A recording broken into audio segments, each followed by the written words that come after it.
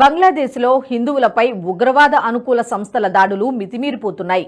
భౌతిక దాడులతో పాటు హిందువుల సాంస్కృతిక జీవితంపై దాడి మొదలుపెట్టాయి కొన్ని అతివాద ముస్లిం సంస్థలు. అన్ని రెస్టారెంట్లు, హోటళ్లలో బీఫ్ వండి వార్చాల్సిందే అంటూ బంగ్లాదేశ్ రాజధాని ఢాకాలో భారీ ర్యాలీ జరిగింది. బీఫ్ సర్వ్ చేయకపోతే రెస్టారెంట్లు మూసివేయాలంటూ ముస్లిం కన్స్యూమర్ రైట్స్ సంస్థ హుకుం జారీ చేసింది. అక్కడితో ఆగలేదు. బీఫ్ ను వండి వార్చని రెస్టారెంట్లు ఇస్లాంను ధిక్కరించినట్టే అంటూ ఫత్వా ఇచ్చింది. రాజధాని ఢాకాలోని ప్రతి రెస్టారెంట్లో షరతుగా గొడ్డు మాంసం వండాల్సిందేనని, లేని పక్షంలో ప్రభుత్వం సదరు రెస్టారెంట్లు, హోటళ్లను మూసేయాలంటూ తాకీదులు జారీ చేసింది ముస్లిం కన్స్యూమర్ రైట్స్ సంస్థ. గొడ్డు మాంసం ఇస్లామిక్ అస్తిత్వానికి చిహ్నమంటూ ఓ చవకబారు సమర్థన కూడా ఇచ్చింది. పశ్చిమ దేశాలు హలాల్ ఆహార పదార్థాలను అంగీకరించకుండా ద్వైద్వీభావాన్ని ప్రదర్శిస్తున్నాయని పనిలో పనిగా భారీ ఆరోపణలకు దిగింది ఈ ముస్లిం సంస్థ. ఢాకాలోని పాత బస్తీలో ఓ హోటల్ ముందు భారీగా గుమ్ముగూడిన ప్రదర్శనకారులు బీఫ్ ను వండని రెస్టారెంట్లన్నీ హిందుత్వ ఏజెంట్లే అంటూ పెద్ద పెట్టున నినాదాలు చేశారు. బీఫ్ వడ్డించని రెస్టారెంట్లన్నీ బహిష్కరించాలంటూ ప్లకార్డులను ప్రదర్శించారు. గోమయమా, గొడ్డు మాంసమా తేల్చుకోవాలనే ఆ అత్యంత హేయమైన నినాదాన్ని సైతం సృష్టించారు. పనిలో పనిగా ఒంటె మాంసం గురించి కూడా కొత్త సూత్రాలు వల్లెవేశారు.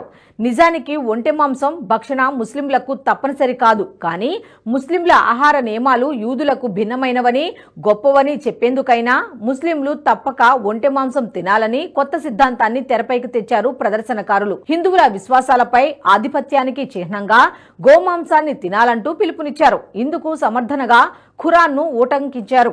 గోమాంసాన్ని తినటం ముస్లింల విశ్వాస ప్రకటనగా చూడాలని కోరారు.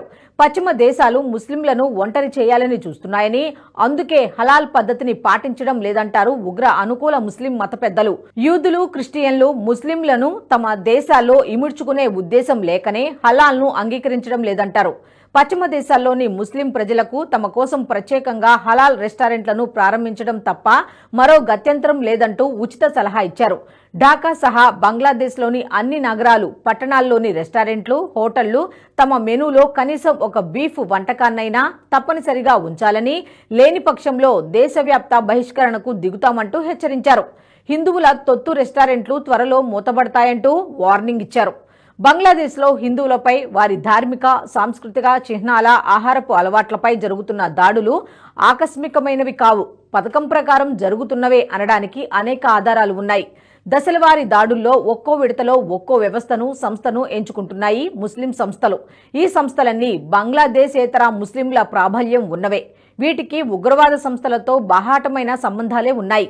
జనవరి నుంచి మొదలైన దాడులు ఆగస్టు తర్వాత తీవ్ర రూపం తీసుకున్నాయి.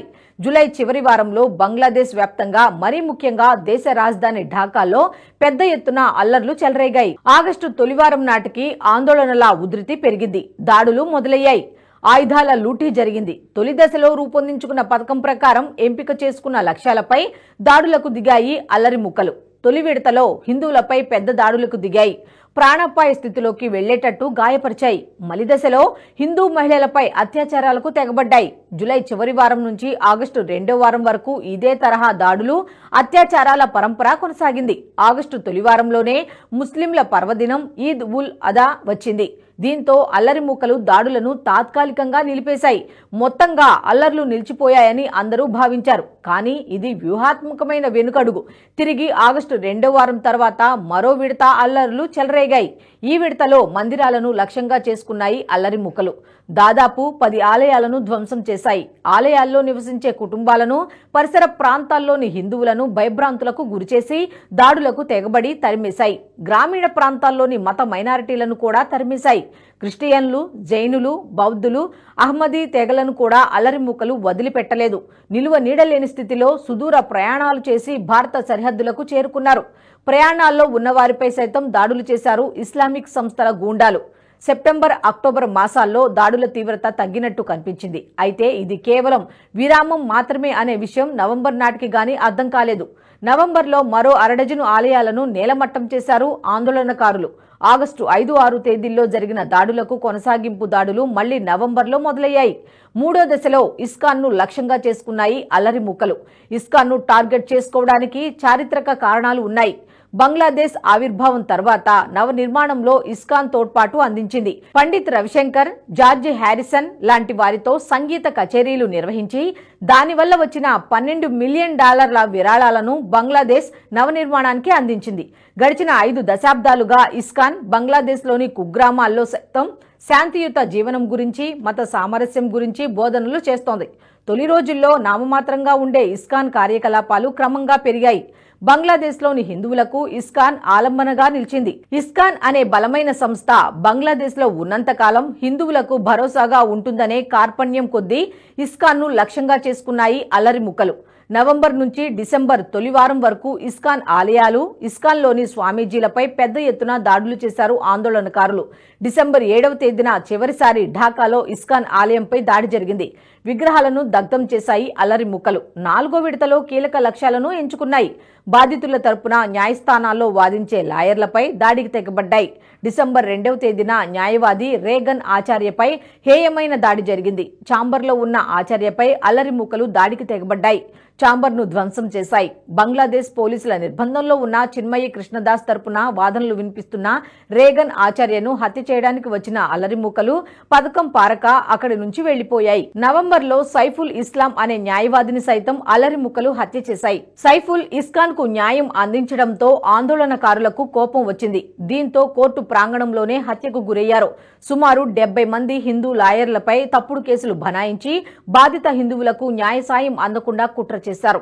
డిసెంబర్ 2వ వారంలో రమన్ రాయ్ అనే మరో న్యాయవాదిపై దాడి జరిగింది. తొలుత 70 మంది హిందూ న్యాయవాదులపై తప్పుడు కేసులు పెట్టిన బంగ్లాదేశ్ ప్రభుత్వం మరో విడతలో 46 మందిపై కేసులు బనాయించింది. ఇప్పుడు జరుగుతున్న 6వ విడత దాడుల్లో హిందువుల విశ్వాసాలను గాయపరిచేందుకు, ఆహారపు అలవాట్లను అవమానించడానికి, గాయపరచడానికి గోమయమా, గొడ్డు మాంసమా అనే క్రూరమైన నినాదాన్ని ముందుకు తెచ్చాయి.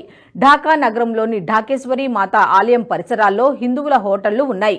ఢాకేశ్వరి మాతగా పిలిచే దుర్గాదేవి ఆలయాన్ని సందర్శించే భక్తులు, పర్యాటకులు హిందూ హోటళ్లలో బస చేస్తారు, రెస్టారెంట్లకు వెళ్తారు. ఢాకేశ్వరి మాత ఆలయాన్ని మొత్తంగా మూసేయడానికి పథకం ప్రకారం బీఫ్ నినాదాన్ని ముందుకు తెచ్చాయనే అనుమానాలు వ్యక్తమవుతున్నాయి. రాబోయే రోజుల్లో మరిన్ని దాడులు జరిగే అవకాశాలు ఉన్నాయని భారత ప్రభుత్వం హెచ్చరిస్తూనే ఉంది. మొత్తంగా బంగ్లాదేశ్ నుంచి హిందువులను తరిమివేయడమే లక్ష్యంగా ఈ దాడులు జరుగుతున్నాయని హిందూ సంఘాలు అంటున్నాయి. సాయి గారు, మీ మీద నమ్మకం ఉంది. మీరు ఏం చేసినా దేశాన్ని మంచి చేస్తారు. మీరు ఓటీటీ ఛానల్ ఓపెన్ చేస్తారు. Give me the honour to become the first subscriber. Thank you sir. NH ప్రైమ్ని సబ్స్క్రైబ్ చేసుకుంటున్నందుకు first thank you very much sir.